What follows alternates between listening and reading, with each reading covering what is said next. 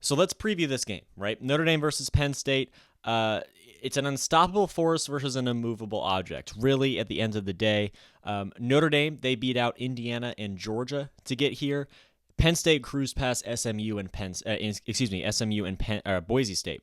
So Notre Dame, resoundingly, had a more difficult road getting here because they had to beat the SEC champion on a neutral site, and of course that game had some external circumstances surrounding it. They had to beat Indiana, who arguably are frauds, but Indiana certainly, at least according to me, had a fantastic season and were deserving their spot in the playoff. And Indiana across the board, still a difficult opponent. Notre Dame had to win that game at home. Penn State, they beat out SMU, the arguably the second best team in the ACC, perhaps, and Boise State, who won the Mountain West, that G5 team that slid into the 3 seed. So Penn State cruises past those two arguably inferior opponents, and now they have their toughest game of the playoff. And what is notable about that is because Penn State has not beaten a team at this level this year or in most years, right?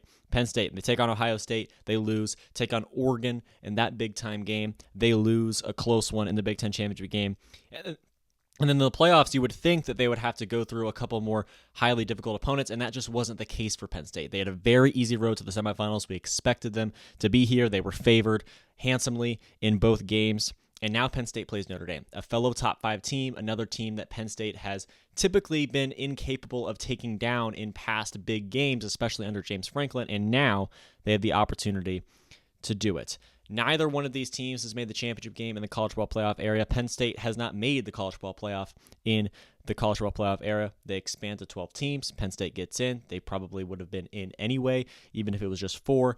Now they're in the semifinals. Now they have an opportunity to elevate even further and do something else they haven't done and make the championship. Notre Dame is in the same position. So there's some injuries that are going to be significant to this game. Abdul Carter, I got a CBS Sports notification about an hour ago that Abdul Carter is going to be a game-time decision. When I was writing this Google Doc, it said that he was going to be optimistic to play, perhaps. But defensive end for Penn State, Abdul Carter, is a game-time decision. We await that decision.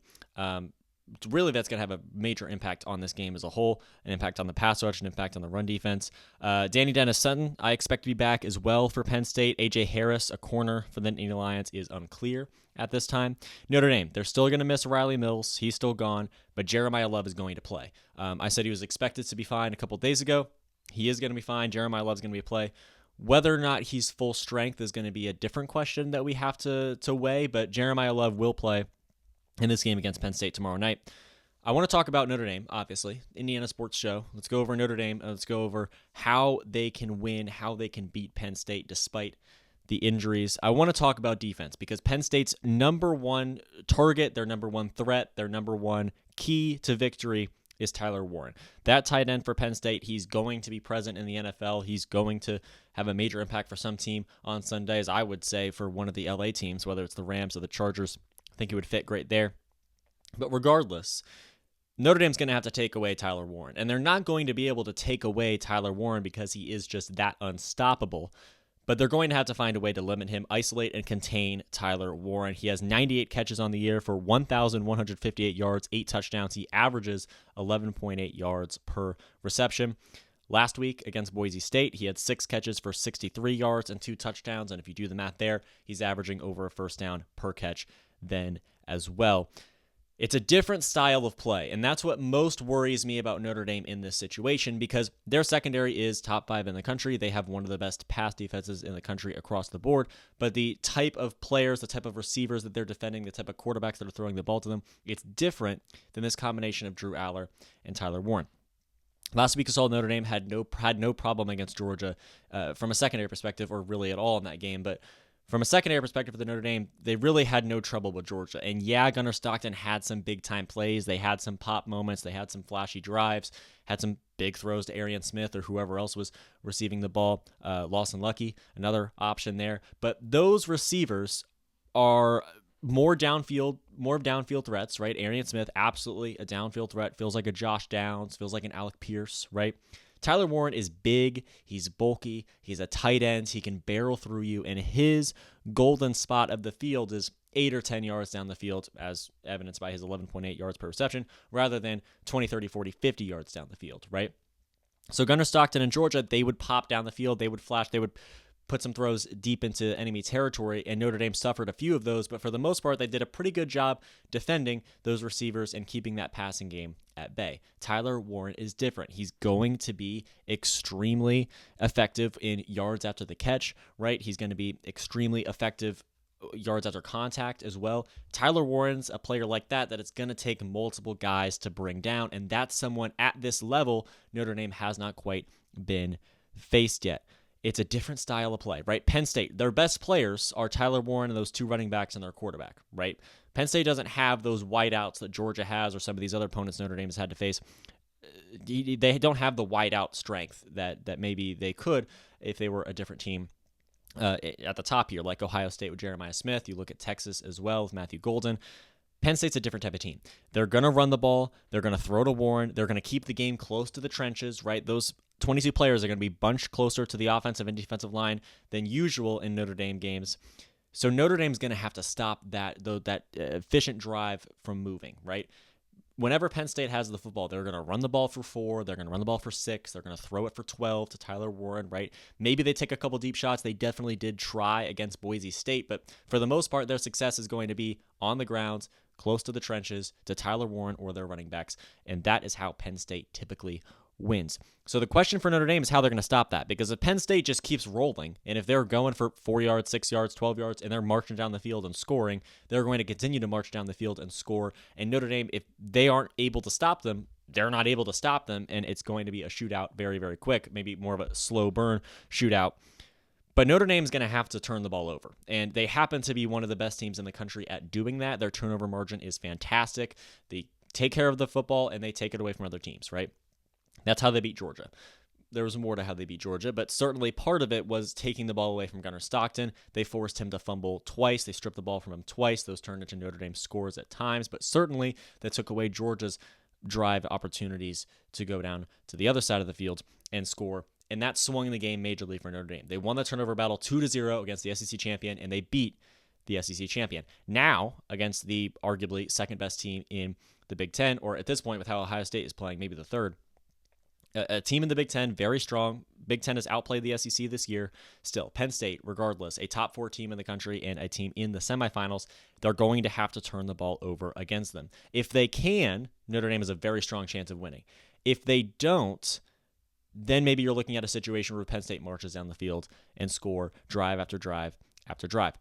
The other aspect of this defensively for me is critical down success, right? You have to slow drives to a halt because, like I said, if Penn State rolls, they'll win. If they're able to run the ball for 4 yards, able to run the ball for 6 yards, able to throw to Tyler Warren for 12, able to throw to Tyler Warren for 8, right? If they're able to just continue marching down the field, first down, not forcing themselves into very many third down situations or second and long situations, Notre Dame's going to be at a bad spot.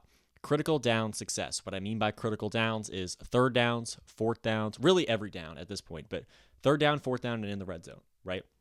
If it's ever 3rd and 3, Penn State should not be getting a first down. Notre Dame has to hold strong there, has to get the stop, because it's those critical downs where you stop drives. Because next thing you know, if it's 3rd and 3 and they run it the middle and they tackle for loss, right? 4th and 4 rather, now they're kicking the ball away to you, right?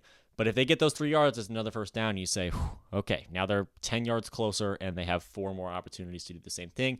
And Penn State is efficient enough on offense to where they're going to be able to do that most likely. At least they have been for the majority of the year, and that includes the game against Oregon, at least on the offensive side of the ball. So third downs, fourth downs if you're in that situation, red zone plays as well. That's where Notre Dame has to hold strong and has to keep Penn State to field goals or preferably punts. If you can attack Drew Aller the way you attacked Gunnar Stockton the week prior, fantastic, right? If you can force those 2nd and 13 situations where Drew Aller is forced to throw down the field, fantastic. If you can get out to an early lead where Drew Aller is forced to throw the ball down the field more, fantastic. That just has to be what actually happens, and it starts for me with Notre Dame with slowing Penn State's drives to a halt. This will probably be a slower game. It'll probably be a more low-scoring game. It'll probably be slow-paced, and they're going to have to really roll themselves out to success. It starts with slowing down those Penn State drives, and it's one thing to slow them down. It's another thing to stop them, and stopping them happens on third down. Stopping them happens on fourth down. Stopping them happens in the red zone when they're forced to kick a field goal, something like that. That's where Notre Dame has to have success, and if they are marching down the field, start taking the ball away. Interceptions, fumbles, whatever you can do. Penn State's a great team. They take care of the ball as well, but Notre Dame's been able to force Georgia to lose the turnover battle by 2, right? That's the key to me for Notre Dame defensively. Now, the other side of it is offensively, because it's one thing to slow down another team and stop them from scoring. It's another thing to keep up with them and score yourself. Once the defense gives the offense chances to score, let's just assume that the defense is getting stops. Let's just assume that the defense is locking down on Tyler Warren, things like that. Now it's time for the offense to work, right? Penn State, number 8 in run defense. That's a problem. That's one of, if not the best run defenses that Notre Dame has played all year long. I suppose Indiana isn't an exception, but Indiana's soft schedule makes you sort of start to question their statistical ranking in that way. But Penn State's number 21 in pass defense. So they're number 20, they're top 25 in both categories defensively, right? So it's going to be tough regardless. Last game, they primarily won without Jeremiah Love, and that's partially because of the injury and the banged upness, but Riley Leonard outrushed Jeremiah Love. Jeremiah Love was not the reason why Notre Dame beat Georgia, as maybe we would have expected him to be. So Riley Leonard down the field is going to have to be hitting some of those mid-range throws because, again, Penn State's run defense, and whether or not they have Abdul Carter and Danny Dennis-Hutton is going to be significant in that way. But Jeremiah Love cannot be the one leg that they have to stand on to win a game. And we know that they can win different ways because they just beat the SEC champion and the number 2 overall seed, Georgia, by winning different ways, right? Riley Leonard had 90 passing yards, 70, 80 rushing yards, but still outrushed Jeremiah Love on the game. They didn't need to depend on Jeremiah Love to keep that offense churning against Georgia, so it's reasonable to suggest that they'll be able to do the same thing against Penn State. But it comes on to Riley Leonard once again. Riley Leonard really was the MVP against Georgia. He's got to be the MVP against Penn State, right? Down the field, is it Bo Collins? Is it Jaden Greathouse? Someone's going to have to step up as the primary target for Riley Leonard, and that's why I'm nervous for Notre Dame, right? The defense, first of all, needs to contain Warren enough, and they're not going to be able to. Penn State's going to be scoring, and the offense is going to roll through him regardless. But can they contain Warren enough to keep up, knowing their offense may be a bit slow to start? And it goes both ways there.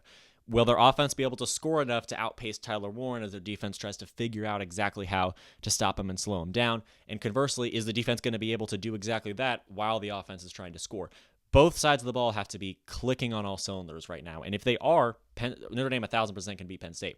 I would love to see, I think Notre Dame's favored as well. I would love to see Notre Dame beat Penn State here. I'm just nervous because I don't know if they're going to be able to stop Tyler Warren or at least slow him down enough in order for their offense to be able to beat Penn State and dissect Penn State and really put the points on the board and start running up the score on Penn State because their offense is not quite built to crack that specific defense. Georgia was middle of the pack in run defense. They were much lower in that category. It's not a vintage Georgia defense, and Notre Dame was really able to stick it to the man in that way. Can they do the same against Penn State? We're about to find out. Again, I think Notre Dame is fantastic. I think they're a incredible team. I think they can win the national championship, especially if they have the right matchup in that final game. However, now is the time where they're facing a team that maybe isn't the best team left, but certainly is a team that they match up the worst against when you consider Tyler Warren, when you consider that pair of running backs, and when you consider Drew Aller. So turnovers and special teams could be what bails Notre Dame out. That's essentially how they beat Georgia, right? They had that kick return touchdown. They had 2 fumbles. They turned some of those into scores as well. So maybe they just turn the ball over. Maybe Penn State loses the turnover battle by 2, 3, or 4 turnovers, and Notre Dame just steamrolls to a victory once again. Or Penn State takes care of the football. They march down the field. They score effortlessly. And Notre Dame, I don't think their offense is going to quite be that high-powered, especially if Penn State is playing well. So all in all, right, Notre Dame is going to have to slow down Warren enough, and on those critical downs, halt those drives. If you can force a 3rd and 5, that has to be a successful down for Notre Dame. And if it's not, and if it's consistently not, Penn State's just going to win this football game because Tyler Warren and those running backs and Drew Aller are just too good. Now, Riley Leonard is going to have to play perfectly on offense to stay alive against this defense. At the end of the day, Penn State is top 25 in both categories. It's going to be difficult to beat this team no matter how you attempt to do it. So for Notre Dame across the board on offense, you have to get out to a quick start, and if you don't, you at least have to be slowing down Tyler Warren. It's complementary football. They need one. If one side of the ball is going to be struggling, the other one has to be on it. And if they're both going to be struggling, Penn State's going to win this football game, and that's going to be all there is to it.